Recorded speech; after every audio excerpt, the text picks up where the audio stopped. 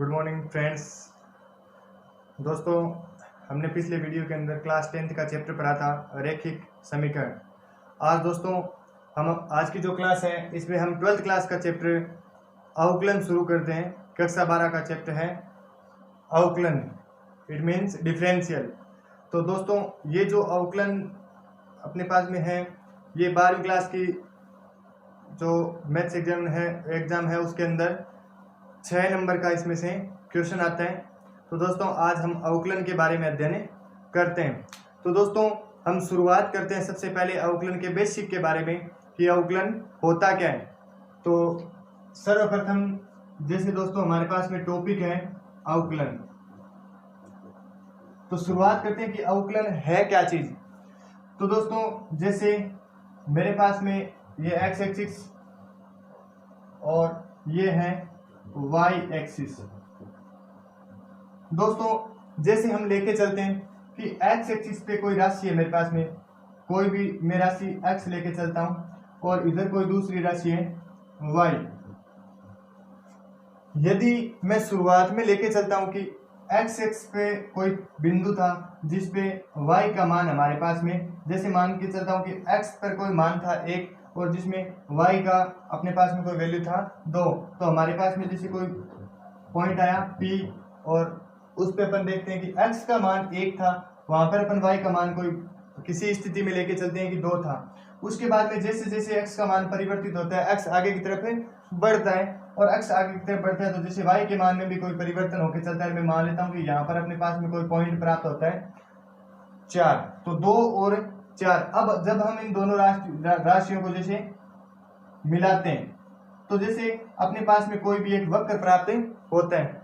अब दोस्तों मान सकते हैं कि जैसे ये वक्र है और इसमें किसी भी प्रकार का परिवर्तन हो रहा है, तो जैसे दोस्तों मैंने लिया कि ये जैसे मेरे पास में किसी भी कोई भी फलन है और उस फलन का वक्र था और उस फलन में वक्र समयांतराल के सापेक्ष है वो क्या हो रहा है, परिवर्तन हो रहा है। तो जैसे इस परिवर्तन को निकालने के लिए हम लोग क्या करते हैं कि जैसे मैं मान के चल लेता हूं कि इनमें जो इन राशियों के अंदर परिवर्तन हुआ उस परिवर्तन को अपन ऐसे लेके चलते हैं कि y का परिवर्तन किसके सापेक्ष है, x के सापेक्ष। जो y राशि थी उसमें x के सापेक्ष जो परिवर्तन हो रहा है उस परिवर्तन का मान निकालते हैं। तो हम ये लेते हैं कि y2 और -y1 अपॉन में x2 माइनस x1। y2 का मतलब जो द्वितीय स्थिति थी और y1 का मतलब जो प्रथम स्थिति थी, किसके सापेक्ष, x के सापेक्ष। तो जैसे मैं मान के चल लेता हूं कि अपने पास में y2 का मान जैसे दूसरी स्थिति में 4 था और प्रथम स्थिति के अंदर y का मान 2 था, इसी प्रकार x का मान दूसरी स्थिति के अंदर 2 और प्रथम स्थिति के अंदर 1। तो हमने जैसे मान निकाला 4 में से 2 माइनस किया 2 और बट्टा में 2 में से 1 माइनस किया 1। तो जैसे दोस्तों ये मैं परिवर्तन ले रहा हूं, इस परिवर्तन जो y के अंदर परिवर्तन होगा उसको अपन डेल्टा y से रिप्रेजेंट करेंगे और जो x के अंदर परिवर्तन होगा उसको अपन डेल्टा x रिप्रेजेंट करेंगे। तो इस प्रकार से अपने पास में वैल्यू आया delta y upon delta x और बराबर 2/1।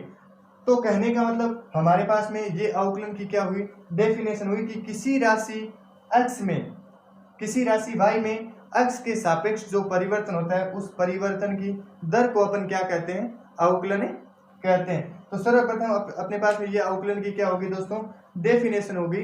तो जिसमें अब ये डेल्टा y अपॉन जो डेल्टा x है ये हमारे पास में क्या आया, परिवर्तन आया। लेकिन क्या होता है कि दोस्तों यदि अपने पास में जो परिवर्तन होता है वो अत्यंत सूक्ष्म हो, अपन एक सूक्ष्म अंतराल के अंदर लेके चलते हैं। जैसे मान लेता हूं कि इसमें से वक्र में किसी एक अत्यंत कम समय अंतराल के अंदर यदि परिवर्तन हो तो उसी अपन delta y upon delta x है उसको रिप्रेजेंट करते हैं dy अपॉन dx, जहां पर अपन जैसे dy अपॉन dx है और इसमें से एक अत्यंत सूक्ष्म अंतराल के लिए लिया जाता है, तो इसी dy upon delta y upon delta x को अपन dy बाई dx के अंदर रिप्रेजेंट कर सकते हैं।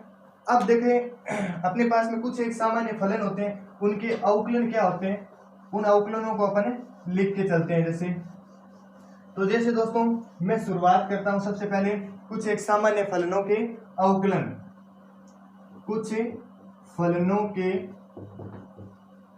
अवकलन।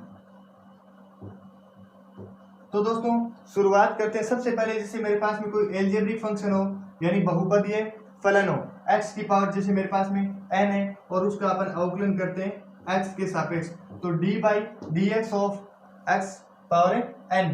तो इसका दोस्तों हमारे पास में जो अवकलन है वो क्या होता है, इस पावर को अपन आगे गुणांक बना देते हैं और n x की पावर n माइनस 1, ये हमारे पास में कोई एलजेब्रिक फंक्शन है उसका अपन क्या करते हैं, अवकलन करते हैं। उसके बाद में जैसे दोस्तों अपने पास में चरघातांकीय फलनों के अंदर जैसे a बेस पे x है और उसका अपन क्या करते हैं, अवकलन करते हैं। a बेस पावर x है और उसका आधार क्या है, x है, a है सॉरी, तो इसका अपन अवकलन करेंगे तो हमारे पास में अवकलन होगा a की power x log e base पे a, ये हमारे पास में इसका अवकलन हो जाएगा। उसके बाद में मेरे पास में यदि कोई चर एक्सपोनेंशियल फंक्शन है e की पावर x और उसका अपन x के सापेक्ष क्या करते हैं, अवकलन करते हैं, तो दोस्तों हमारे पास में अवकलन क्या आएगा, e की पावर x। तो सर्वप्रथम जैसे एलजेब्रिक फंक्शन था, उसके बाद में जो एक्सपोनेंशियल फंक्शन है बेस a पे और बेस e पे, तो इनका अपने पास में यह अवकलन हो जाता है। उसके बाद में जैसे त्रिकोणमितीय फलन आते हैं, त्रिकोणमितीय फलनों के अंदर हमारे पास में 6 फलन होते हैं, तो सर्वप्रथम हम लेते हैं साइन x का अवकलन d by D x of sine x, तो दोस्तों हम जानते हैं उसका अवकलन क्या होगा, cos x। ये जो सारी चीजें हैं वो हम जब क्वेश्चन सोल्व करते हैं तो उसमें हमारे पास में हमें इन फॉर्मूलों को याद रखना होता है।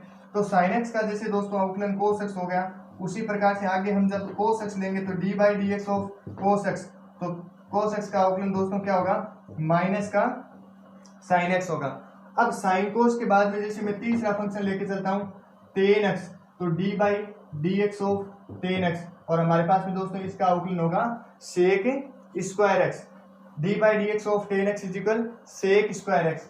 उसके बाद में टेन एक्स के बाद में जैसे मैं सेक एक्स लेके चलता हूँ d by D x of sec x, तो दोस्तों इसका अवकलन हमारे पास में होगा sec x tan x, sec x tan x. उसके बाद में टेन एक्स के बाद में मेरे पास में आता है जैसे कोट एक्स आता है, और कोट का अपन क्या निकालते हैं, अवकलन निकालते हैं, तो कोट एक्स का दोस्तों अवकलन होगा माइनस कोसेक स्क्वायर एक्स। और उसके बाद में अपने पास में जो फाइनल त्रिकोणमितीय फंक्शन है वो आता है कोसेक एक्स, तो d by D x of cosec x, और कोसेक एक्स का दोस्तों अवकलन क्या होगा, कोसेक एक्स से कोट एक्स। तो सर्वप्रथम हमने पढ़ा एलजेब्रिक फंक्शनों के बारे में और एलजेब्रिक फंक्शन का अपने अवकलन पढ़ा। दूसरा एक्सपोनेंशियल फंक्शन आया, उसके बाद में जैसे अपने पास में ट्रिगोनोमेट्रिक फंक्शन आया। अब उसके बाद में जैसे दोस्तों कोई कांस्टेंट राशि आती है, ये जितने भी फॉर्मूले होते हैं इन फॉर्मूलों को अपने को याद करना पड़ेगा और इन फॉर्मूलों के बेस पे अपन आगे क्वेश्चन को सोल्व करते हैं। उसके बाद में जैसे दोस्तों मेरे पास में कोई कांस्टेंट फंक्शन आए और उन कांस्टेंट फंक्शन के अपन जैसे मेरे पास में कोई कांस्टेंट राशि है c d by D x, तो c का मतलब मेरे पास में कोई भी कांस्टेंट राशि है, तो कांस्टेंट राशि का अपन जो भी अवकलन करते हैं दोस्तों हमेशा कितना होता है, 0 होता है। जैसे मेरे पास में d by D x of 1 है, तो उसका अवकलन कितना होगा दोस्तों, 0। तो ये हमारे पास में कुछ एक अवकलन के बारे में क्या थी, बेसिक फॉर्मूले थे, और इन फॉर्मूलों के बेस पे अपन आगे क्वेश्चन सोल्व कर सकते हैं। अब उसके बाद में हमारे पास में जो दोस्तों दूसरी चीज है वो क्या आती है कि संयुक्त फलन, संयुक्त फलनों के अवकलन आते हैं। संयुक्त फलनों के अंदर हमारे पास में जैसे दोस्तों कोई भी दो फंक्शन होते हैं और उन दोनों फंक्शनों का अपन एक साथ अवकलन लेके चलते हैं, तब उनका अवकलन क्या होता है। जैसे मैं मान के चलता हूं कि मेरे पास में कोई फंक्शन है, कोई अंतराल है, यदि कोई अंतराल या फिर अपन इसको इंटरवल बोल सकते हैं, कोई इंटरवल a और b है, क्लोज इंटरवल है, और उसके अंदर यदि हमारे पास में कोई point c belongs to a b, c belongs to a b का मतलब कोई पॉइंट c पे कोई दो फलन f(x) और g(x), यदि अवकलन ये है तो पार्ट नंबर फर्स्ट, यदि कोई फलन f(x) और प्लस g(x), अब यदि दोस्तों f(x) प्लस भी हो सकता है और उसके अलावा माइनस भी हो सकता है, तो f(x) plus minus of g(x) किसी बिंदु c पे यदि अवकलनीय होंगे तो इन दोनों फलनों का दोस्तों अवकलन है वो क्या किया जाता है, अलग अलग किया जाता है। जैसे d by D x of f(x) और plus minus d by D x of g(x), ये हमारे पास में क्या आ गया, दोनों फलनों का अलग अलग अवकलन करते हैं, चाहे प्लस में हो चाहे माइनस में हो। लेकिन दोस्तों ये इसकी लिए नेसेसरी कंडीशन है कि जो दोनों फलन है वो दिए गए अंतराल के अंदर क्या होना चाहिए, अवकलनीय होने चाहिए। उसके बाद में क्या होता है कि दोस्तों जैसे एफ डॉट जी, कोई दो फंक्शन है, दोनों ही एक्स के फंक्शन है, और एफ डॉट जी जो एक्स के फंक्शन है, इन फंक्शन का अपन एक साथ में अगर दोनों मल्टीप्लाई में आए हुए हैं और इनका अवकलन करते हैं, तो इनके अवकलन के लिए क्या किया जाता है दोस्तों, एफ एक्स और D by D x of G X plus में क्या आता है G X dot D by D x of F X. इसमें क्या होता है कि दोस्तों जैसे दो फलन अगर गुणा के अंदर आए हुए होते हैं तो एक फलन को गुणा में रखेंगे, दूसरे फलन का अवकलन करेंगे, इनको अपन फर्स्ट और सेकंड फंक्शन के अंदर डिवाइड कर सकते हैं। तो दोस्तों first function into differential of second function plus minus second function and differential of first function, यानी दो फलन गुणा के अंदर आए हुए हो तब की बात है ये। उसके बाद में दोस्तों जैसे प्लस माइनस का हो गया, मल्टीप्लाई का हो गया, तीसरा होता है कि दो फंक्शन एफ एक्स अपॉन में क्या आया हो जी एक्स, यानी भाग के अंदर आए हुए हैं और उनका अपने को क्या करना हो डिफरेंशियल, किसके सापेक्ष से, एक्स के सापेक्ष। अब एक्स के सापेक्ष यदि अपन इन फलनों का अवकलन करते हैं तो क्या होता है दोस्तों, G X dot D by D x of F X minus आता है, और उसके बाद में एफ एक्स डॉट में D by D x of G X, और अपॉन में क्या आता है दोस्तों जी एक्स का स्क्वायर। कहने का मतलब यदि भाग में आता हो तो अपन D by D x of F X upon G X, और इसका सॉल्यूशन करते हैं तो G X dot D by D x of F X minus F X dot D by D x of G X upon में G X का whole square. तो इस प्रकार से दोस्तों ये अपने पास में कुछ एक बेसिक या सामान्य जो अवकलन के फॉर्मूले हैं, अवकलन की जो डेफिनेशन है, ये सारी चीजें हमने अभी इसके अंदर पढ़ी है। अब उसके बाद में अपन अवकलन करना सीखते हैं। तो दोस्तों अवकलन ज्ञात करने के लिए सबसे पहले अपने पास में अवकलन का श्रृंखला नियम होता है। ये जो अभी हमने फॉर्मूले पढ़े, ये सारे फॉर्मूले जब अपन अवकलन के क्या करते हैं सॉल्यूशन करते हैं, तो उन सॉल्यूशन के अंदर इन सभी फॉर्मूलों को पुट करेंगे और इनका अपने पास में वहां पे यूज होगा। लेकिन अब हम जो अवकलन ज्ञात करने का सबसे पहला जो नियम है उसको बोलते हैं श्रृंखला नियम, या फिर दोस्तों अपन इसको बोलते हैं चेन रूल, चेन रूल। अब देखो दोस्तों चेन रूल है वो होता क्या है, तो जैसे मेरे पास में कोई फंक्शन है, जैसे मेरे पास में कोई फंक्शन है y बराबर एफ एक्स, और दूसरा मेरे पास में कोई फंक्शन है x is equal F Z.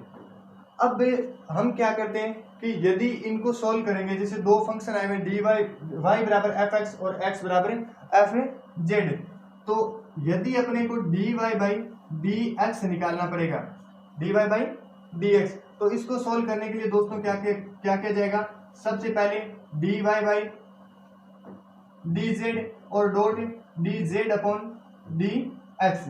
अब कहने का मतलब ये होता है दोस्तों कि सॉरी थोड़ा सा इसको दोबारा देखते हैं। तो जैसे मेरे पास में y बराबर एफ एक्स कोई फर्स्ट फंक्शन था और x बराबर एफ जेड सेकेंड फंक्शन था, तो दोस्तों जो फाइनल जो अपने पास में फंक्शन था वो किसका है, z का। तो जब हम इनका अवकलन निकालेंगे तो अपने को d Y by D z find करना होगा।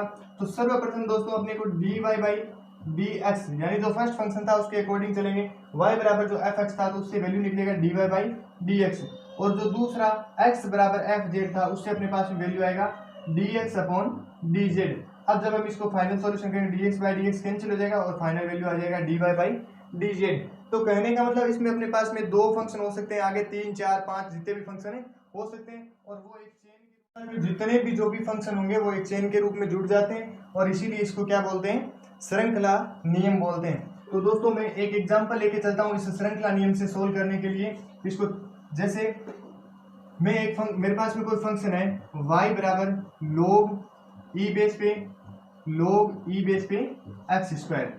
अब जैसे दोस्तों सर्वप्रथम हम जब इसको सोल्व करते हैं तो अपने जो internal part of this function जो होगा उसको अपन लेके चलेंगे। जैसे मेरे पास में सबसे पहले जो एक्स स्क्वायर है इसको हम मान के चले थे कि जब हमें इसका सॉल्यूशन करना है तो अपन लेके चलेंगे let x square is equal you.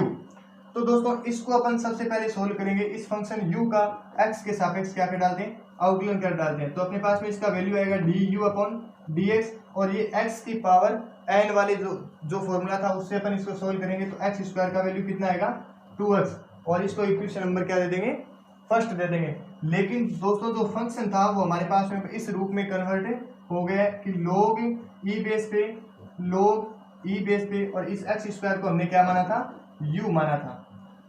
अब जो हमारे पास में जो फंक्शन नया जो फंक्शन प्राप्त हुआ है उसके अंदर हम क्या करते हैं कि जो log u है इसको अपन कोई दूसरा चीज मान के चल लेते हैं। जैसे हमने एक को u माना था, अब की बार अपन इसको v मान के चल लेते हैं। तो पुनः हम इसको मानेंगे कि माना v बराबर log e बेस पे u। तो जैसे दोस्तों हमारे पास में जो फर्स्ट फंक्शन था उसका हमने x के सापेक्ष अवकलन किया था, तो अब की बार जो हमारे पास में जो फंक्शन आएगा वो किसके सापेक्ष होगा, उसका अवकलन u के सापेक्ष होगा। तो जब हम इसको सोल्व करेंगे तो dv बाई du और बराबर जो log x है या फिर जैसे log v है उसका अवकलन दोस्तों होता है, log x का अवकलन होता है 1/x। तो इसमें 1/x की जगह क्या है, u है। इसको अपन इक्वेशन नंबर क्या दे देंगे, सेकंड। अब इसी प्रकार से जब हम आगे चलेंगे तो हमारे पास में जो फंक्शन है वो वापस किस रूप में हो जाएगा, देखो y बराबर जो फंक्शन था log e बेस पे u, तो हमने इस log e बेस पे u था उसको क्या माना था दोस्तों, v माना था। और v माना था तो हमारे पास में जो फाइनल सॉल्यूशन है वो log e बेस पे ओनली क्या हो जाएगा, v हो जाएगा। अब हमें करना क्या होता है, इस y का अब की बार किसके सापेक्ष करेंगे, v के सापेक्ष से अवकलन करेंगे। तो हमारे पास में दोस्तों वैल्यू आ जाएगा dy बाई dv और log v का वैल्यू कितना आया, 1/v। इसको बोल देंगे इक्वेशन नंबर थर्ड। अब जैसे दोस्तों चेन रूल को जब हम फॉलो करते हैं तो हम लिखते हैं कि श्रृंखला नियम से या फिर बाय चेन रूल, श्रृंखला नियम से। अब श्रृंखला नियम से हमें क्या करना होता है कि जो अपना मुख्य फंक्शन था, मुख्य फलन था, वो किसका फलन होता है, x का फलन होता है। तो इसलिए अपने को जो फाइनल वैल्यू है वो निकालना पड़ेगा dy बाई dx। तो जो तीनों इक्वेशन आएंगे, तीनों इक्वेशन को आपस में क्या करवा देंगे, मल्टीप्लाई करा देंगे। तो अपने पास में जैसे फर्स्ट फंक्शन था du बाई dx, तो हमने देखा du बाई dx। डॉट में जो सेकंड फंक्शन था वो था dv बाई du और जो थर्ड फंक्शन था वो था dy बाई dv।